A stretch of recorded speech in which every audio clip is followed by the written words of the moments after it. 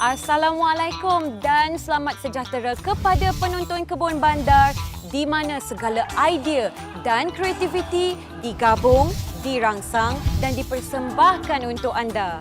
Saya Ramona Zamzam akan menemani anda selama 30 minit bagi menyingkap tip-tip dan kaedah-kaedah pertanian bandar khas untuk anda.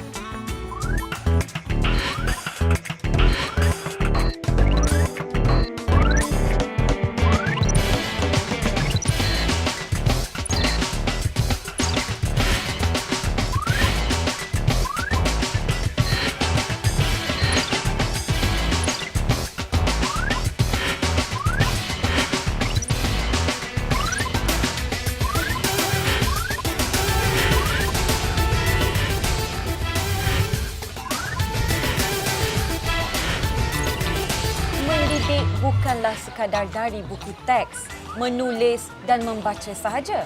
Sebaliknya, bercucuk tanam juga mampu untuk mengasah minda para pelajar. Begitulah kelebihan yang diterima oleh pelajar-pelajar di SMK Bandar Baru Sentul ini. Hari ini saya bersama dengan Encik Ahmad Zaini iaitu penasihat pendidikan khas di SMK Bandar Baru Sentul. Apa khabar cikgu? Alhamdulillah. Baik, Encik Zaini, boleh tak kalau Ramona nak minta Encik Zaini bercerita mengenai latar belakang Edible Garden di sekolah ini? Pada 1995, kerajaan mula memperkenalkan semula pertanian di kalangan pelajar dan saya juga melalui pembacaan dan pengetahuan saya kemudian disokong pula oleh seorang tukang kebun warga tempatan sekolah ini. Saya dapat lihat begitu arif tentang pertanian, maka saya gabungkan pengetahuan saya digabungkan dengan tukang kebun tadi dengan pengetahuan yang ada, maka saya merealisasikan pengetahuan itu dalam bentuk nyata melalui aplikasi pertanian di kalangan pelajar sekolah ini. Baik, terima kasih Encik Zaini. Yang seterusnya, Ramona nak tahu mengenai tanaman-tanaman yang ada di Edible Garden ini. Dia ada tanaman sayuran seperti kangkung, kailan, kemudian sawi. Kemudian ada yang berbentuk buah juga seperti petola, kemudian betik, kemudian tembikai. Kemudian tanaman hiasan pun ada. Tanaman hiasan bunga-bungaan dan ditambah tanaman herba. Tapi kita tak tanam serentak. Kita tanam mengikut pusingan. Baik, yang seterusnya Ramona nak tahu macam mana pula dengan kaedah tanaman? Kaedah tanaman, ya. Kita tidak menggunakan peralatan machineries. Tak ada guna mesin ya? Bukan kita pun kekurangan dana. Ya. Tetapi dengan tidak menggunakan mesin, semua gerakan akan dilakukan oleh pelajar. Kita boleh menyiram, kita boleh pakai alat siraman. Ya. Bukan alat siraman yang sprinkler. Tapi secara manual. Secara manual. Kalau nak tanam pokok, kita korek dengan cangkul. Kalau nak korek lubang, kita gunakan skop. Sebab kita menggunakan tenaga pelajar, tenaga dia sepenuhnya. Ini bukan konsep pertanian ni bukan saja kita nak tahu dia tahu, ya. Tetapi kita juga nak dia tahu asas pekerjaan tu. Asas pekerjaan, mana otot yang patut digerakkan, betul. Mana anggota badan yang perlu digerakkan. Ini yang paling penting. Baik, yang seterusnya cikgu, Ramona nak tahu tentang cara penjagaan ya. Dari segi penyiraman, pembajaan dan kemudian sebab Edible Garden ni ada di sekolah. Adakah cikgu-cikgu bergilir dengan murid-murid untuk mengambil, untuk menyiram, untuk membaja ke macam mana? Kita terpaksa buat jadual. Ada jadual. Sebab ya. Kita tahu sekolah ada cuti. Betul. Sabtu Ahad pun cuti. Betul. Jadi kita terpaksa buat satu disiplin diri kepada pelajar-pelajar ini. Ya. Kalau macam hari Sabtu tidak bersekolah, mereka mesti datang. Mesti datang, ada jadual yang kita bagi. Mesti datang. Wajib ikut wajib ikut. Wajib ikut. Dan kita akan memberi denda yang minimal. Sekiranya budak-budak ni kalau tak ikut, mereka mudah lupa. Jadi kita bagi satu insentif. Sekiranya dia bertugas di waktu cuti, kita bagi dia nak kutip apa saja tanaman. Kalau ada bendi, kalau ada kacang panjang, kalau ada tomato, dia boleh kutip untuk apa keperluan saja dia, dan ini menjadi kebanggaan dia. Untuk bila dia bawa balik, dia tunjuk dekat keluarganya, dia tunjuk dekat kawan-kawannya, ini hasil aku buat. Betul. Saya buat. Jadi dia teruja di situ. Kemudian kita satu lagi kaedah penanaman yang kita buat, kita ambil sisa buangan daripada kantin, daripada apa saja di sekolah ini, gunakan sebagai baja. Kita tanam, kita guna kaedah nama ini dinamakan kaedah kompos. Betul, kompos sisa daripada makanan. terbuang berbau busuk, kita lebih baik jadikan baja untuk tanaman. Inilah semuanya dimanfaatkan untuk kebaikan bersama. Untuk bekalan makanan kita. Ya. Baik, terima kasih banyak-banyak Encik Zaini. Macam mana seronok tak dengar pengalaman cikgu-cikgu dan pelajar-pelajar di SMK Bandar Baru Sentul ini. Ikutkan Ramona nak bercerita lebih banyak lagi kepada anda. Tetapi sebelum itu, apa kata kita belajar dulu sesuatu dalam segmen DIY.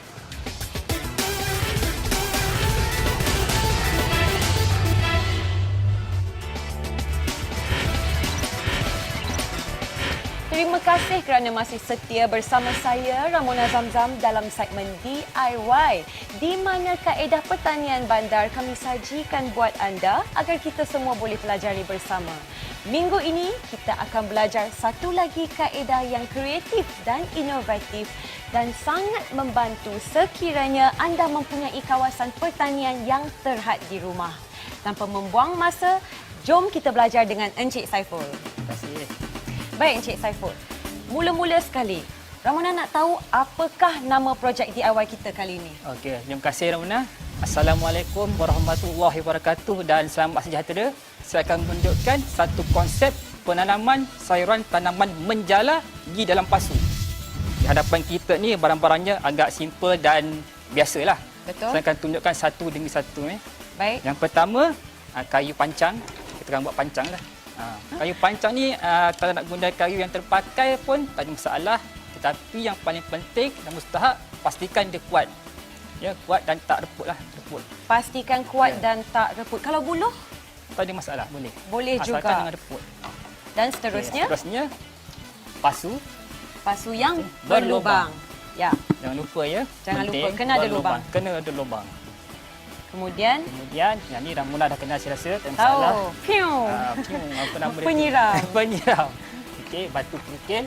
Baik, batu kerikil. Tak semestinya batu kerikil lah. Saya akan tunjukkan nanti apa fungsi batu ni.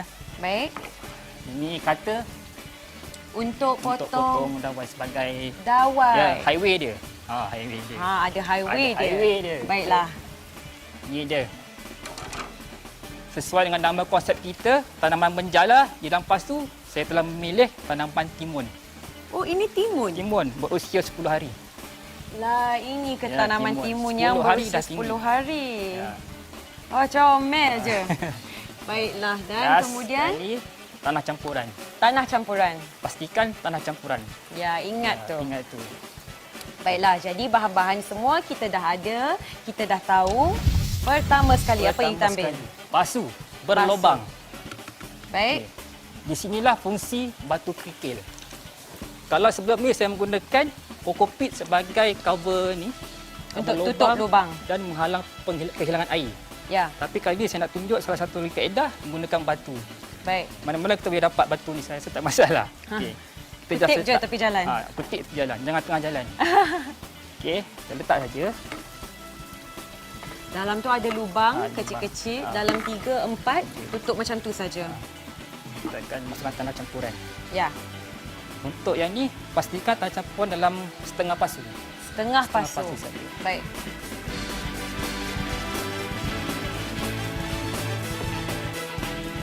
Tanah campuran ni ada pasir, baja, bahan organik, baik, dan topsoil. Topsoil. Sebab kalau Ramona pergi setengah nursery, ya, dia akan jual asing. topsoil asing, pasir asing, organik lain. Jadi kalau macam tu kena campur kita sendiri. kena buat sendiri. Kedua, kita kena pastikan laluan dia sekarang ni. Ini yang paling penting untuk tanaman menjala. Okey, kita letak dulu.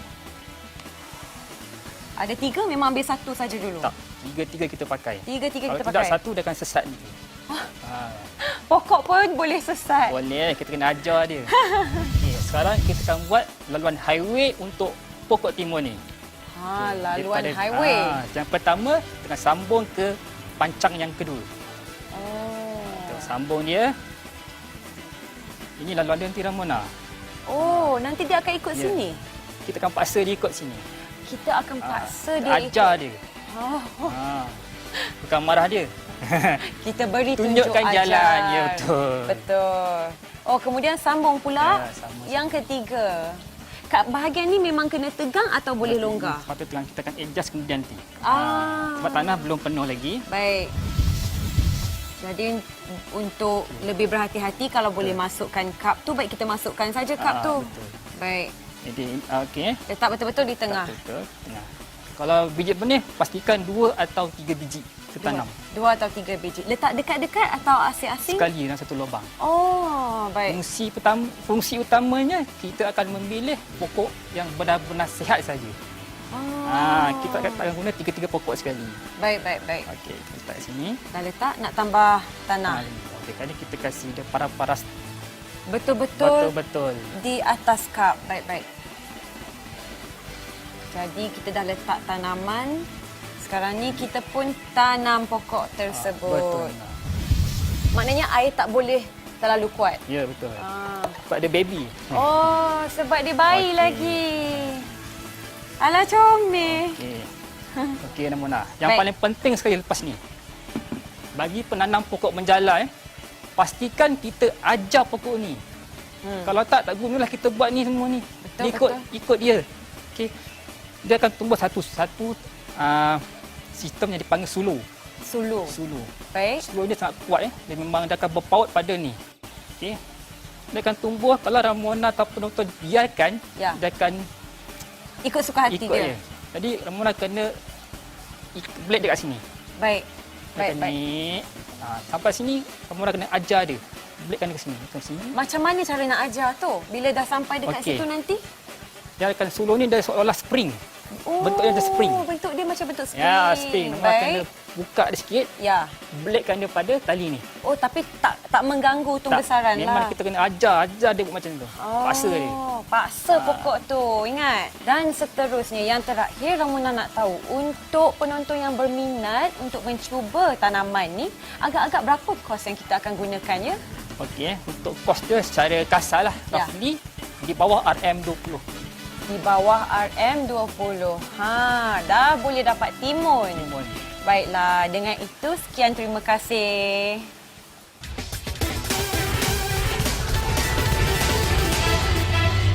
Sejaknya bau daun kari. Kalau dapat masak, aduh, subur betul lah tanaman-tanaman yang ada dalam Edible Garden di SMK Bandar Baru Sentul ni. Kalau ikutkan Ramona nak tanya lagi banyak dekat Encik Zaini. Tapi sebelum itu, apa kata kita belajar dulu sesuatu dalam segmen Pertanian Lestari. Jom.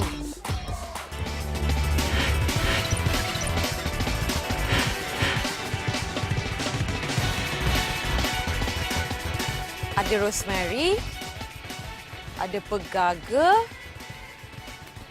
ada kunyit, ini kacang botol, cili api. Laman apa ni ya? Assalamualaikum Ramona. Waalaikumsalam. Khabar? Alhamdulillah sihat, Cik Adli, panjang umur. Alhamdulillah sihat.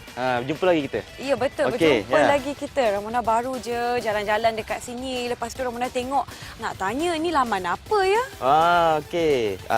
Buat pengetahuan Ramona, sekarang ni Ramona berada di satu laman yang dipanggil laman edible. Laman edible. Laman edible. Jadi itu bermaksud pada minggu ini kita akan belajar mengenai laman edible, dalam segmen Pertanian Lestari. Okey. Baiklah, Ramona pun tak tahu apakah itu laman edible. Ramona pasti ramai yang tak tahu apakah itu laman edible. Ramona sendiri pun kurang faham. Jadi apa kata kita bertanya pada Encik Adli. Encik Adli, ceritakan sedikit apa maksud laman edible? Laman edible adalah satu laman yang dibina khas dengan menggunakan tanaman-tanaman yang boleh kita makan digabungkan dengan tanaman-tanaman hiasan yang bunga-bungaan. Baik. Okey. Dia ada peratusan dia. Peratusan dia adalah 70% tanaman yang boleh kita makan sama ada secara terus ataupun dengan menggunakan proses digabungkan dengan 30% tanaman hiasan yang berbunga-bungaan. Tanaman hiasan ini adalah bagi tujuan keceriaan untuk laman edible kita. Ya, betul. Yang seterusnya, Encik Adli, Ramona nak tahu apakah tujuan laman edible dicipta? Okey, tujuan kita punya laman edible ni adalah kita nak membina laman edible ni, kita nak pastikan tanaman-tanaman yang boleh kita makan tu berada di sekeliling kita. Ya. Okey, di samping macam tanaman-tanaman asas macam daun pandan, daun kari, rosemary, pegaga ada di taman kita. Jadi dengan mudahnya kita tak perlu membeli di luar. Okey, itu adalah tujuan buat taman edible dan saya tak langsung laman edible ni dapat membantu mengurangkan kos penyediaan makanan kita. Baik.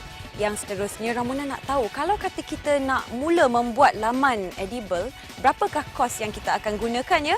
Kalau ikut keluasan, biasanya laman edible ikut pengalaman kami bermula dengan harga serendah 100 dan paling besar pun boleh cecah ke 500 untuk permulaan lah. Ianya bergantung, kos ni bergantung kepada kawasan-kawasan yang kita nak majukan, nak membina edible garden tersebut. Kebun-kebun saya biasanya dia macam batas panjang. Batas panjang maksudnya? Memanjang macam kebun sayur. Oh. Tapi kalau kita laman edible ni, kita Ya. tanam sayuran ataupun herba yang boleh kita makan. Berkonsepkan taman boleh mendatangkan keceriaan kepada pengunjung, Ya. boleh menarik minat Ya. dan Boleh dimakan? boleh dimakan. Kita tak nak orang luar, orang pembina taman tu dia akan rasa terlampau kompleks. Sedangkan nak buat taman edible ni adalah satu benda yang paling mudah, Senang saja. senang dilakukan. Jadi diorang akan terus tarik minat mereka untuk melaksanakan, membina taman edible ni. Betul, kena ingat balik pada tujuannya, ya? Tujuan dia, ya. Baik, terima kasih Encik Adli. Sama-sama. Soalan yang seterusnya adalah mengenai hasil tuaian. Apa yang dilakukannya pada hasil tuaian lepas pelajar-pelajar atau guru-guru menuai? Okey. Kita hidup ni bermasyarakat. Ya, betul. Jadi kita perlu bagi-bagi dulu dengan masyarakat yang sama-sama menolong kita di sini. Ya. Masyarakat guru pendidikan khas, guru-guru aliran perdana ni, kemudian ibu bapa dia. Tapi apa yang paling penting setelah kelebihan daripada hasil ni, Ya. kita ajar pelajar macam mana nak memasarkan. Kita buka meja di depan sekolah ni, kita suruh dia berniaga hasil yang fresh. Tapi kita kena bagi tahu hasil kita ni mahal sikit sebab kualiti bagus. Hasil fresh, sangat segar. Jadi masyarakat, kebetulan ini kawasan perumahan. Ya. Memang masyarakat di sini tahu bahawa hasil daripada kebun pendidikan khas sekolah menengah Bandar Baru Sentul ni memang segar dan sanggup beli harga mahal. Kemudian kita juga perlu bagi tahu dekat pelajar bahawa ini realnya, hasilnya macam ini yang kena jual. Mana yang belum tak boleh dijual, jangan jual. Orang tak nak. Dia tahu market, dia tahu pasaran macam mana. Kemudian hasil daripada jualan kita bagilah kepada pelajar ni duit. Kita tak masuk sekolah terus oleh kerana hasil bukan tu. masuk tabung sekolah. Tak masuk tabung sekolah, tetapi kita agihkan sama dengan boleh dikatakan upah lah. Semangat kepada para pelajar. Ya, betul. Ya. Baik. Sangat menarik ya Encik Zaini. Betul. Yang seterusnya, Ramona nak tahu macam mana dengan adanya Edible Garden ini dapat membantu para pelajar dari segi pendidikan. Disiplin ilmu itulah yang kita terapkan di sekolah ini. Saya sebagai penasihat pendidikan khas. Baik. Disiplin sangat. Inilah yang mengajar pelajar kita supaya diterima nanti di masyarakat bahawa dia mampu untuk berdikari. Baik Encik Zaini. Yang seterusnya, contoh-contoh cabaran atau orang kata rintangan yang orang kata menjadi permasalahan untuk Encik Zaini dan para guru yang lain dalam mengendali Edible Garden ni? Boleh tak ceritakan sedikit? Oh, memang kalau masalah memang dalam mendidik pelajar kita ni untuk ke arah di kebun ni memang ada masalah sebab dah banyak kali berlaku di mana kita suruh kutip hasil, dia bukan kutip hasil tetapi dia potong pokok. Oh, dia potong terus ya pokok tu? Dia kadang-kadang emosional, dia terganggu. Inilah cabaran kita sebenarnya. Baiklah, yang terakhir Encik Zaini, sebelum kita mengundur diri, Ramona nak minta Encik Zaini beritahu apakah harapan Encik Zaini terhadap Edible Garden ini pada masa akan datang. Harapan saya adalah supaya kita dapat ilmu untuk memanfaatkan sepenuhnya tanah ni. Hasil sekarang memang dah berhasil tetapi belum begitu menggalakkan sebagaimana kita lihat di negara-negara maju. Bukan kita nak buat ladang tetapi kita dapat menggandakan hasil daripada kebun ni supaya pihak dari luar, pihak masyarakat tidak memandang bahawa pelajar-pelajar pernikahan ni tak boleh bekerja kepada perkara-perkara yang rumit seperti kebun ni. Dia sebenarnya boleh dibagi harapan dengan bimbingan yang berterusan. Baik. Terima kasih banyak-banyak ya Encik Zaini. Macam mana para penonton? Banyak betul informasi yang kita dapat dari Encik Zaini hari ini kan? Seronok sangat Ramona rasa sebab dapat lawat Edible Garden di SMK Bandar Baru Sentul hari ini.